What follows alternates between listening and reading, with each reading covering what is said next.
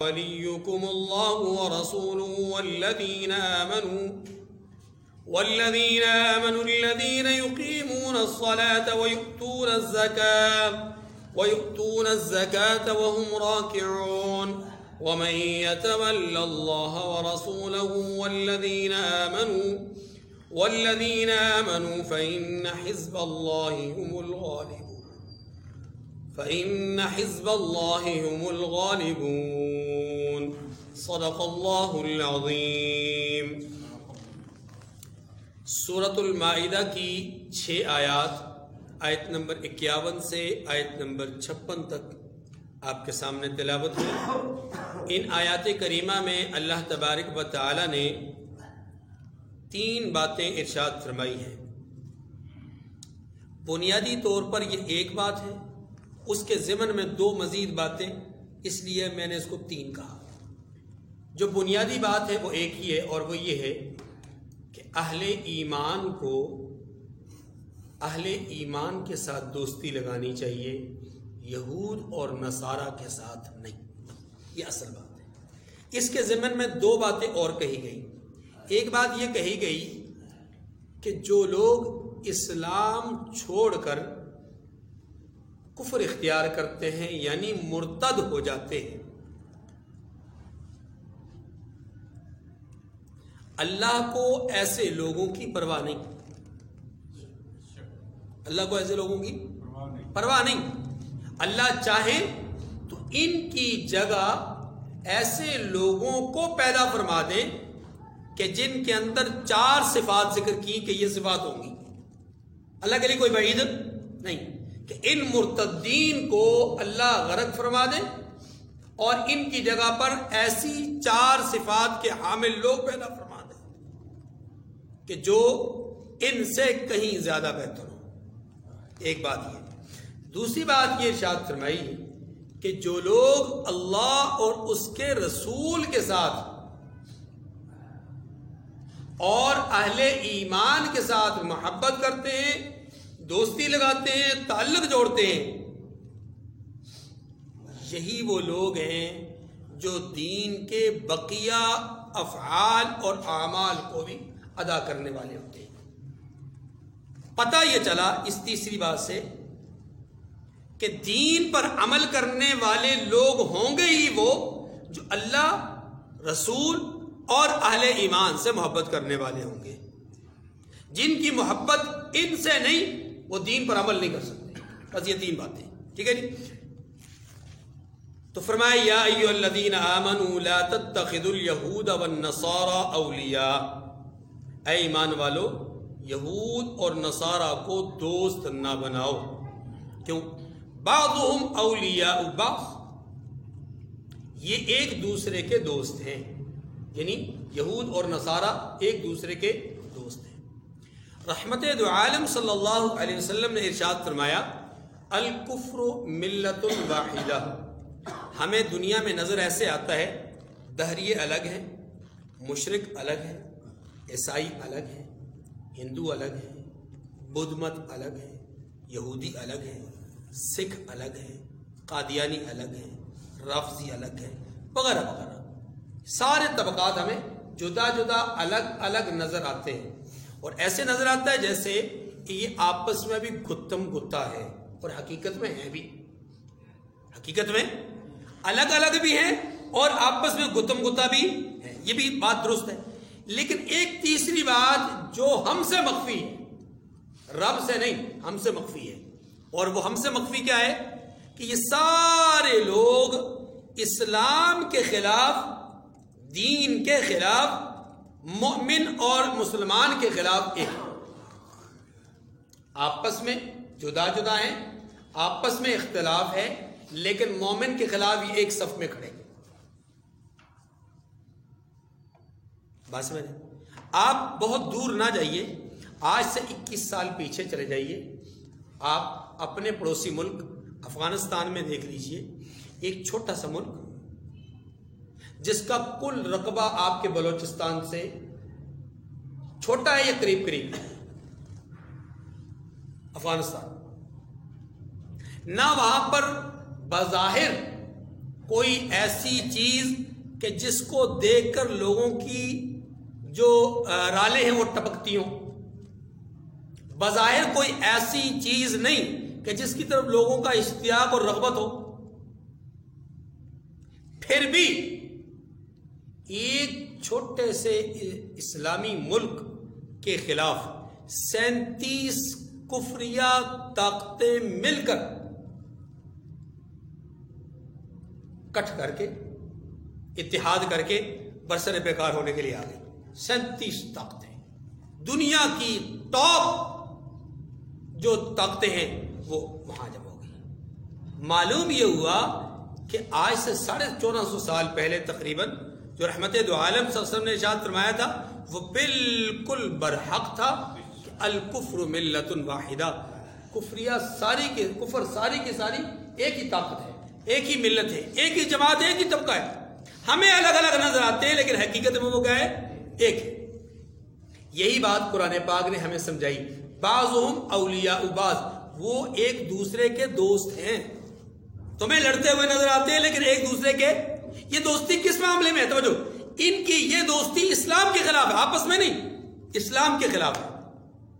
اب ایک سوال پیدا ہوتا ہے, کیا کافر کے ساتھ کسی بھی طرح کا تعلق جائز نہیں؟ اس کا جواب, ہم کافر کے ساتھ حالات اگر اس کے خلاف چل رہے ہوں تو تعاون مالی طور پر, جانی طور پر اس کے ساتھ تعاون کریں. یہ ہمیں ہمارے دین نے سکھایا ہے.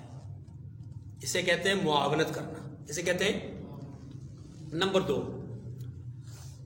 ہم ان کے ساتھ کاروبار کر سکتے ہیں, معاملات کر سکتے ہیں, اس کی شریعت نے اجازت دی ہے.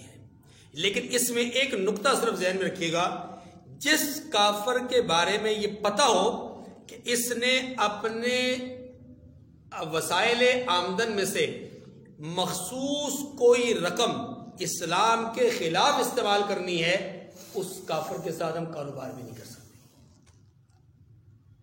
اس کے ساتھ کاروبار بھی, مثال کے طور پر آپ یوں لے لیجئے کہ یہ جو یہودی ہیں, متعصب یہودی, ان کے ہاں ایک ضابطہ ہے, اور وہ ضابطہ کیا ہے کہ ان کی آمدن کا ایک حصہ اسرائیل کی مضبوطی اور اسلام کے انہدام کے لیے وہ پیسہ جمع کرتے ہیں اور اس کو خرچ کرتے ہیں کہ اس سے اسرائیل مضبوط ہو اور اسلام کمزور ہو.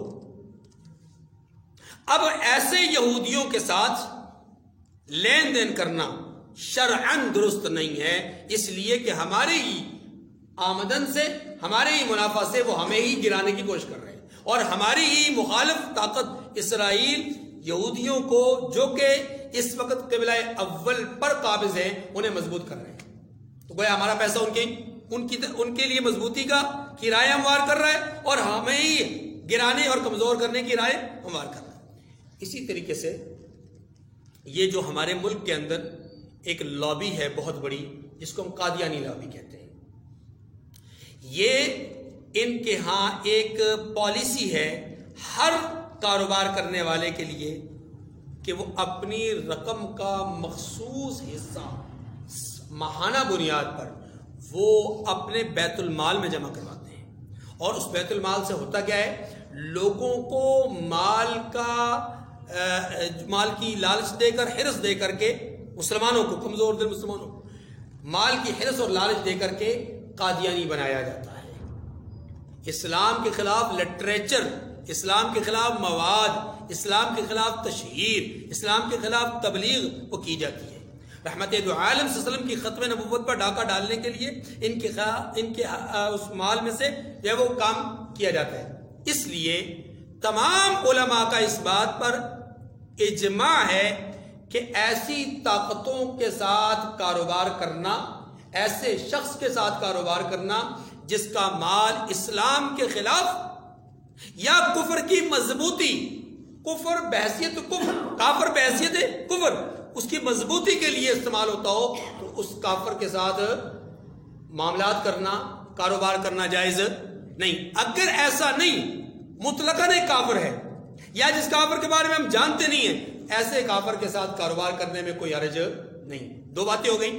ایک، اگر وہ غریب ہوں، ضرورت مند ہوں تو ان کے ساتھ مالی معاونت کی جائے، ان کو ہماری جان کی ضرورت ہو ان کو جان پیش کی جائے، اس کی گنجائش موجود ہے، ایسا کرنا چاہیے انسانی حیثیت سے. نمبر دو، اگر وہ کافر اپنے مذہب اپنا کفر کو مضبوط کرنے، اپنے مذہب نہیں کفر کو مضبوط کرنے اور اسلام کو کمزور کرنے میں پیسہ خرچ نہیں کر رہے اپنا، تو پھر ان کے ساتھ کاروبار کرنا جائز، ورنہ جائز نہیں. اور تیسری اور آخری بات، اگر مسلمان کسی ایسی جگہ میں ہوں جہاں پر کفریہ طاقت غالب ہو تو وہاں پر مسلمانوں کو ظاہری طور پر ان کے ساتھ دوستانہ رکھنا، اس کی بھی شرعاً گنجائش اور جواز موجود ہے. اب جو چیز ناجائز ہوئی وہ کیا ہوئی؟ کافر کے ساتھ دلی تعلق کسی صورت میں بھی نہیں رکھا جا سکتا. نمبر دو، کافر کے ساتھ ایسا جو ہے وہ ہمدردی کا معاملہ نہیں رکھا جا سکتا کہ ان کو اپنے راز و نیاز ان کو پیش کیے جائیں. حضرت عمر رضی اللہ تعالیٰ کے زمانے میں ایک صحابی رسول نے اپنا ایک کاتب نویس، منشی جس کو کہتے ہیں، ہاں جی، وہ رکھ دیا ایک غیر مذہب کو.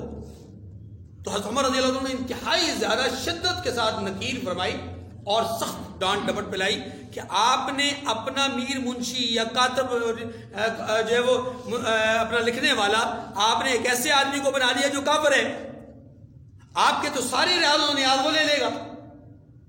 اس لیے معلوم یہ ہوا کہ کسی کافر کو کسی عہدے اور منصب پر نہیں بٹھانا چاہیے، کسی کلیدی عہدے پر کسی کافر کو، ورنہ نہیں تو پھر کھوتے برسر اقتدار آئیں گے. اب باقی آپ خود سمجھدار ہیں، میں کیا کہہ سکتا ہوں. وَمَن يَتَوَلَّهُم مِّنكُمْ فَإِنَّهُ مِنْهُمْ. کیا فرمایا؟ فرمایا کہ جو شخص تم میں سے ان کو دوست بنائے گا، کس کو؟ کافر کو، وہ انہی میں سے ہوگا. اللہ اکبر. یہ بات ہم نہیں سمجھ سکے، بخدا نہیں سمجھ سکے، اور اسی بات کو نہ سمجھنے کا نتیجہ ہے کہ ہم نے ایمان والوں کے ساتھ دوستی چھوڑی اور کافروں کے ساتھ دوستی لگائی. اس وقت ہمارے بڑے، اسلام کا مرکز، اسلام کا قلعہ سعودی عرب، اور وہ کیا کر رہے ہیں؟ ہمیں چھوڑ کر، مسلمانوں کو چھوڑ کر کافروں کے ساتھ دوستی لگا رہے ہیں. اور یہ ممکن ہی نہیں ہے کہ کافر کے ساتھ آپ دوستی لگائیں اور آپ کامیاب ہو جائیں، کیونکہ جس چیز کو رسول اللہ نے ناکامی بتایا اس چیز میں کامیابی ہو ہی نہیں سکتی. جس امریکہ کو آپ اپنا سب سے زیادہ محبوب دوست سمجھتے ہیں اور اس کی دوستی کے لیے آپ اپنی چیک اپ کروانے کے لیے پورا وجود ہی اس کے سامنے الف کر دیتے ہیں، کچھ بھی باقی نہیں رہتا، کوئی حیا کوئی پردہ باقی نہیں رہتا، کیونکہ دوستی قائم رہنی چاہیے. ہم آنکھیں نہیں دکھا سکتے، دوستی قائم رہنی چاہیے. نہ اس نے 65 میں ہمارا ساتھ دیا، نہ 71 میں ہمارا ساتھ دیا، نہ 98 میں ہمارا ساتھ، کبھی بھی اس نے ساتھ نہیں دیا اور وہ دے گا بھی نہیں. خلیج بنگال میں وہ اپنے باہری بیڑے دوڑاتا رہا لیکن ہماری طرف نہیں آیا مدد کے لیے، اس لیے کہ وہ جانتا تھا کہ یہ میرا کوئی دوست نہیں ہے، ان کی مجھ سے دوستی ہے، میری تو ان کی دوستی نہیں ہے. ہاں جی، اللہ اکبر. فرمایا وَمَن يَتَوَلَّهُم مِّنكُمْ فَإِنَّهُ مِنْهُمْ. اگر تم میں سے کوئی ان کو دوست بنائے گا تو وہ انہی میں سے ہوگا. ان اللہ لا يهدي القوم الظالمین. بے شک اللہ ظالم لوگوں کو ہدایت، ظالم کون ہے؟ ظالم وہ ہے جو مومن کو چھوڑ کر کافر سے دوستی کرے، یہ ظلم کرنے والا ہے. آگے فَتَرَى الَّذِينَ فِي قُلُوبِهِم مَّرَضٌ يُسَارِعُونَ فِيهِمْ يَقُولُونَ نَخْشَىٰ أَن تُصِيبَنَا دَائِرَةٌ. اس کا پس منظر سمجھیے. رسول اللہ صلی اللہ علیہ وسلم مدینہ منورہ میں جب پہنچے تو وہاں پر اوس اور خزرج یہود کے دو بڑے قبائل، انہی قبائل کے لوگ مسلمان ہوئے، انہی کو انصار کہا جاتا ہے. لیکن انہی قبائل میں سے کچھ لوگ وہ بھی تھے جو بظاہر اسلام انہوں نے قبول کیا لیکن من میں ان کے اسلام نہیں تھا، جن کو منافق کہا جاتا. اب توجہ، یہ سارا کچھ آپ کے علم ہے، میں صرف پس منظر کو صرف یادداشت کے طور پر سامنے رکھ کر کے اصل بات بتانا چاہتا ہوں. اصل بات یہ کہ منافقین اسلام کی طرف پوری طرح مائل کیوں نہیں ہو رہے تھے؟ اس لیے کہ ان کے اندر ایک کمزوری تھی، اور وہ کمزوری کیا تھی؟ تذبذب کی،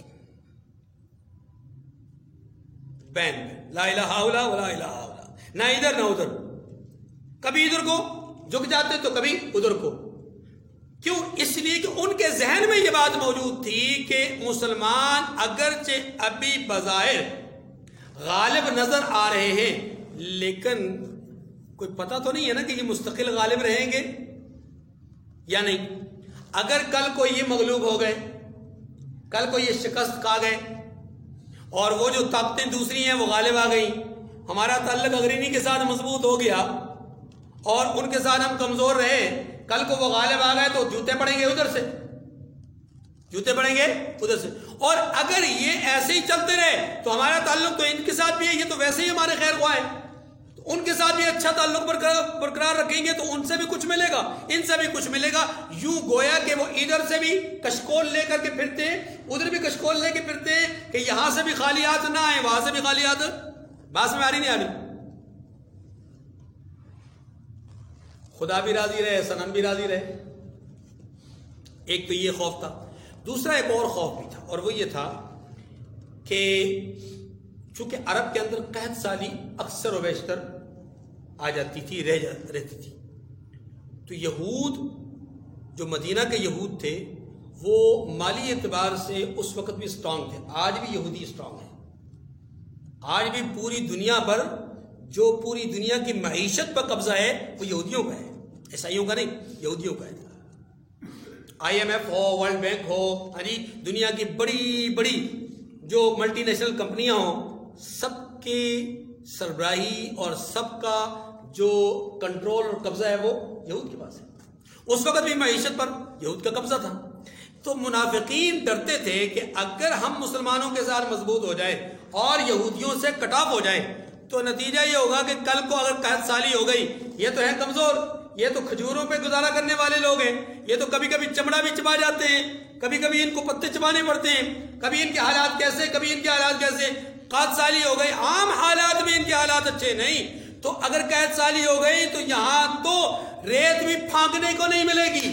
اس لیے وہ یہود کے ساتھ اپنے تعلقات اچھے رکھا کرتے تھے، مراسم اچھے رکھا کرتے تھے. دوستی ان کے ساتھ تھی، ظاہری برتاؤ ان کے ساتھ تھا، کیونکہ یہاں عارضی طور پر، وقتی طور پر غنیمت کے اموال آ رہے تھے تو خیال یہ تھا کہ غنیمت کے مال میں سے ہمیں بھی کچھ ملتا رہے گا. ظاہری برتاؤ ادھر رکھے، تو ظاہری برتاؤ ادھر تھا، دلی دوستی ادھر تھی. دو وجہ سے، ایک وجہ یہ تھی کہ ان کا یہ غلبہ دائمی ہے نہیں، شک ہے، اور دوسرا یہ کہ اگر قحط سالی آ گئی تو یہ تو ہے قسمہ پرسی کے عالم اور وہاں سے ہمیں ملنا کچھ نہیں. اس لیے اس بات کو کہ ان کے دل میں جو خوف تھا، اس خوف کی وجہ سے وہ تعلق ادھر بھی رکھتے تھے ادھر بھی، جیسا کہ آج ہم بھی ایسا ہی کر رہے ہیں. ہمارا بھی آج کل یہی کچھ ہو رہا ہے، ادھر بھی تعلق ادھر بھی تعلق، نہ یہ ناراض رہے نہ وہ ناراض رہے، امن کی فاختہ ادھر بھی چلتی رہے، اوپر سے آنکھیں دکھائیں، اندر سے دل ادھر ہی مائل ہو. فَتَرَى الَّذِينَ فِي قُلُوبِهِم مَرَضٌ يُسَارِعُونَ فِيهِمْ يَقُولُونَ نَخْشَىٰ أَن تُصِيبَنَا دَائِرَةٌ. اللہ اکبر. کیا قرآن پاک کی کسی بھی آیت کو جب آپ پڑھتے ہیں نا، تھوڑا سا حالات پر نظر رکھ کے پڑھیں نا، ایسے لگتا ہے جیسے یہ آیت آج کے لیے اتری، آج کے بالکل آج کے. فرمایا تو جن لوگوں کے دلوں میں نفاق کا مرض ہے تم ان کو دیکھو گے کہ ان میں دوڑ کر ملے جاتے ہیں کافروں سے، دوڑ کر. اچھا جی، کہتے ہیں کہ ہمیں خوف ہے کہ کہیں ہم پر زمانے کی گردش نہ آ جائے، حالات کہیں ہمارے خلاف نہ ہو جائے. فَعَسَى اللَّهُ أَن يَأْتِيَ بِالْفَتْحِ وَأَمْرٍ مِّنْ عِندِهِ وَيُصْبِحُوا عَلَىٰ مَا أَسَرُّوا فِي أَنفُسِهِمْ نَادِمِينَ. سو قریب ہے کہ اللہ فتح بھیجے یا اپنے ہاں سے کوئی اور امر نازل فرمائے. کس کے لیے؟ مسلمانوں کے لیے. پھر یہ اپنے دل کی باتوں پر جو چھپایا کرتے تھے پشیمان ہو کر رہ جائیں. بات ختم. وَيَقُولُ الَّذِينَ آمَنُوا أَهَٰؤُلَاءِ الَّذِينَ أَقْسَمُوا بِاللَّهِ جَهْدَ أَيْمَانِهِمْ. اس حالت کے بعد، یعنی فتح آ جانے کے بعد، یا کسی اور امر آ جانے کے بعد، اہل ایمان کے بارے میں اللہ ایک نقشہ کہتے ہیں. فرمایا کہ اس وقت مسلمان تعجب سے کہیں گے کہ کیا یہ وہی ہیں جو اللہ کی سخت پکی قسمیں کھایا کرتے تھے کہ ہم تمہارے ساتھ ہیں. حبطت اعمالهم فاصبحوا خاسرین. فرمایا ان کے عمل اکارت گئے، وہ خسارے میں پڑ گئے. کیوں؟ اس لیے کہ عمل کا تعلق نیت کے ساتھ ہے، اور ان کی نیت میں مسلمان نہیں تھے، ان کی نیت میں کافر تھے. ان کی نیت میں رب نہیں تھا، ان کی نیت میں سبب تھا. آگے دیکھیے، یا ایھا الذین آمنوا من یرتد منکم عن دینہ فسوف یأتی اللہ بقوم یحبهم ویحبون. یہ دوسری بات ہے. فرمایا اے ایمان والو، اگر تم میں سے اپنے دین سے کوئی پھر جائے گا تو اللہ ایسے لوگ پیدا کر دے گا جن کو وہ دوست رکھتا ہے اور جسے وہ دوست رکھے. کیا مطلب؟ دیکھیے توجہ، اگر کوئی آدمی دین اسلام چھوڑ کر کفر اختیار کرتا ہے تو اللہ کا کچھ نہیں جاتا. نقصان کس کا ہوگا؟ اس کا اپنا ہوگا. کیونکہ اللہ کے لیے کون سا بعید ہے کہ اللہ ان کو مٹا دے اور ان کی جگہ پہ کوئی اچھے لوگ پیدا فرما دے. ایسے لوگ جن کے اندر پہلی صفت یہ ہو کہ اللہ ان سے محبت کرے اور وہ اللہ سے دوست رکھے، اللہ سے محبت کرے. ایک بات. دوسری بات، اذلۃ علی المؤمنین عزۃ علی الکافرین. فرمایا کہ جو مومنوں کے حق میں نرمی کریں اور کافروں سے سختی سے پیش آئیں. یعنی ایسے لوگ اللہ پیدا فرماتے ہیں جو مومنوں کے حق میں نرم ہوں اور کافروں کے حق میں کیا ہوں؟ سخت ہوں. اللہ کے لیے کوئی بعید تو نہیں ہے، یہ کوئی بعید ہے. تیسری بات فرمایا یجاہدون فی سبیل اللہ ولا یخافون لومۃ لائم. اور فرمایا تیسری بات یہ ہے کہ اللہ کی راہ میں وہ جہاد کریں. ایسے لوگ اللہ پیدا فرما رہے ہیں جو اللہ کی راہ میں. نمبر 4 ولا یخافون لومۃ لائم. اللہ، اور کسی ملامت کرنے والے سے وہ نہ ڈرے. سیدنا ابو ذر غفاری رضی اللہ تعالی عنہ کہتے ہیں مجھے رحمت دو عالم صلی اللہ علیہ وسلم نے یہ نصیحت فرمائی چند باتوں کی. پہلی بات بحب المساکین. رسول اللہ صلی اللہ علیہ وسلم نے مجھے فرمایا کہ اے ابو ذر، مساکین سے، غرباء سے محبت کرنا. اور حضور صلی اللہ علیہ وسلم خود بھی غرباء سے بہت محبت کرتے تھے. اسی لیے اللہ کے نبی صلی اللہ علیہ وسلم سے کئی دعاؤں میں مسکین اور مساکین کے ساتھ رہنا اور حالت مسکینی کو پسند کرنا، اس طرح کی باتیں پائی جاتی. مثلا اللہ کے رسول صلی اللہ علیہ وسلم نے ایک موقع پر یہ دعا فرمائی، اللہم ارزقنی حب المساکین. اے اللہ، میرے دل میں مساکین کی محبت پیدا فرما دے. اور وحشرنی فی زمرۃ المساکین. اور اے اللہ، میرا حشر بھی مساکین غرباء کے زمرہ میں کرنا. معلوم یہ ہوا کہ حضور کو مساکین سے محبت تھی، غرباء سے محبت تھی. اور حضرت جبرائیل علیہ السلام حاضر خدمت ہوئے کہ عرض کی کہ حضرت، آپ کو نبوت فقر و فاقہ کے ساتھ چاہیے یا نبوت رزق کی فراوانی، مال کی کثرت کے ساتھ چاہیے؟ رسول اللہ صلی اللہ علیہ وسلم نے فقر و فاقہ کے ساتھ نبوت کو پسند کیا. تو حضرت ابو ذر غفاری رضی اللہ عنہ کہتے ہیں کہ مجھے رسول اللہ صلی اللہ علیہ وسلم نے 7 باتوں کی نصیحت فرمائی. پہلی بات مساکین سے محبت کرنا. دوسری بات فرمایا اپنے سے نیچے والوں کو دیکھنا، نہ کہ اپنے سے اوپر والوں کو. پہلی بات مساکین سے محبت. اس کا فائدہ یہ ہوگا کہ تمہارے اندر غرور اور تکبر نہیں پیدا ہوگا. دوسری بات اپنے سے نیچے والوں کو دیکھنا، اوپر والوں کو نہیں. اس سے کیا فائدہ ہوگا؟ اس سے فائدہ یہ ہوگا کہ شکر گزاری کی توفیق ملے گی. جب آپ دنیاوی اعتبار سے اپنے سے نیچے والوں کو دیکھیں گے تو آپ کو نظر آئے گا کہ نہیں، مجھے تو اللہ نے بڑی نعمتوں سے نوازا ہے. وہ ایک بزرگ کے بارے میں آتا ہے، دعا فرما رہے تھے، یا اللہ میرا جوتا ٹوٹ گیا، مجھے نیا جوتا عطا فرما دے. دعا مانگتے رہے، دعا مانگ کر مسجد سے باہر نکلے، کیا دیکھا کہ ایک آدمی جس کا پاؤں ہی نہیں، فوراً شکر گزار ہوئے کہ یا اللہ تیرا شکر ہے، میرے تو پاؤں سلامت ہے، میرے تو پاؤں سلامت. تیسری بات فرمایا کہ اے ابو ذر، تیسری نصیحت میں تجھے یہ کرتا ہوں کہ تو صلہ رحمی کرنا، اگرچہ تیرے رشتہ دار تیری قرابت داری کا خیال نہ کریں. یعنی صلہ رحمی کس کو کہتے ہیں؟ اپنے قرابت داروں کے ساتھ اچھا برتاؤ کرنا. تو معلوم یہ ہوا کہ اگر وہ اچھا برتاؤ نہیں کر رہے تو آپ نے اچھا برتاؤ کرنا ہے. مجھے یہ حکم دیا کہ میں صلہ رحمی کروں، میرے قرابت دار مجھ سے اگرچہ دوری اختیار کرے. چوتھی بات فرمایا میں اللہ کے سوا کسی اور سے سوال نہ کروں. اللہ کے سوا کسی اور سے نہ مانگو. 5ویں بات، میں سچی بات کہوں خواہ وہ تلخ ہی کیوں نہ ہو. اور 6ٹھی بات، اللہ اور اس کے دین کے معاملے میں کسی ملامت کرنے والے کی ملامت کا خوف نہ رکھوں. ولا یخافون لومۃ لائم. یہ 4تھی صفت ہے ان لوگوں کی کہ اللہ فرماتے ہیں مرتدین کی جگہ پہ اللہ ایسے لوگوں کو پہلا فرما دے جو کسی ملامت کرنے والے کی ملامت کا خوف نہیں رکھیں گے. 7ویں اور آخری بات فرمایا کثرت سے لا حول ولا قوت الا باللہ پڑھتے رہنا، اس لیے کہ یہ کلمہ جنت میں لے جانے والا ہے. اس لیے کہ یہ کلمہ، یہ کلمات عرش کے خزانوں میں سے ایک خزانہ ہے. اس لیے کہ ان کلمات سے اللہ کا غضب ٹھنڈا ہوتا ہے. اس لیے کہ یہ کلمات انسان کی بے بسی اور اس کے خالق اور مالک کی تعلی، علویت، عظیمیت، عظمت اور اس کی بڑائی اور کبریائی پر دلیل ہے کہ بندہ بہت کمزور ہے، وہ بہت قوی ہے. لہذا ایک خاکسار عاجز اپنے رب سے فریاد کرتا ہے، پروردگار میری کوئی طاقت نہیں، تیری ہی طاقتیں ہیں، میرا کوئی بس نہیں، تیری ہی بس ہے. اے اللہ تیری ہی قوت، لہذا میں کمزور، میری اس کمزوری کو دور فرما دے. تو یہ 7 باتیں جن کی نصیحت حضرت ابو ذر غفاری رضی اللہ تعالیٰ عنہ کو حضور نے فرمائی. کس سے؟ مساکین سے محبت کرنا. نمبر 2، دوسری بات اپنے سے نیچے والوں کو دیکھنا، اوپر والوں کو نہیں. تیسرا صلہ رحمی کرنا.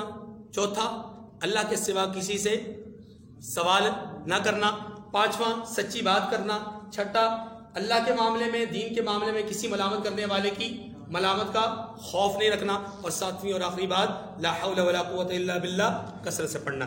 ذالک فضل اللہ یؤتیہ من یشاء واللہ واسع علیم. یہ اللہ کا فضل ہے، وہ جسے چاہتا ہے دیتا ہے، اور اللہ بڑی ہی وسعتوں والا، کشائش والا اور جاننے والا ہے. دنیا میں لوگ دوستی کیوں رکھتے ہیں؟ مفاد کے لیے، اپنی وسعت اور گنجائش کو بڑھانے کے لیے. اللہ فرماتے ہیں کافروں کے ساتھ دوستی چھوڑ دو، مجھ سے دوستی رکھو، مجھ سے تعلق رکھو، میں کشائش والا ہوں. یہ دنیا کے کافر کشائش والے نہیں ہے، ان کے بعد کچھ بھی نہیں ہے. اسی لیے فرمایا انما ولیکم اللہ ورسولہ والذین آمنوا الذین یقیمون الصلاۃ ویؤتون الزکاۃ وهم راکعون. فرمایا تمہارے دوست تو اللہ اور اس کے پیغمبر اور مومن لوگ ہیں. کون سے مومن؟ عام مومن نہیں. مومن بھی حقیقت میں مومن وہ ہے جو نماز پڑھتے ہیں، زکوٰۃ دیتے ہیں اور اللہ کے آگے جھکتے ہیں. توجہ، نماز، زکوٰۃ، جھکنا، 3 باتیں فرمائی ہیں.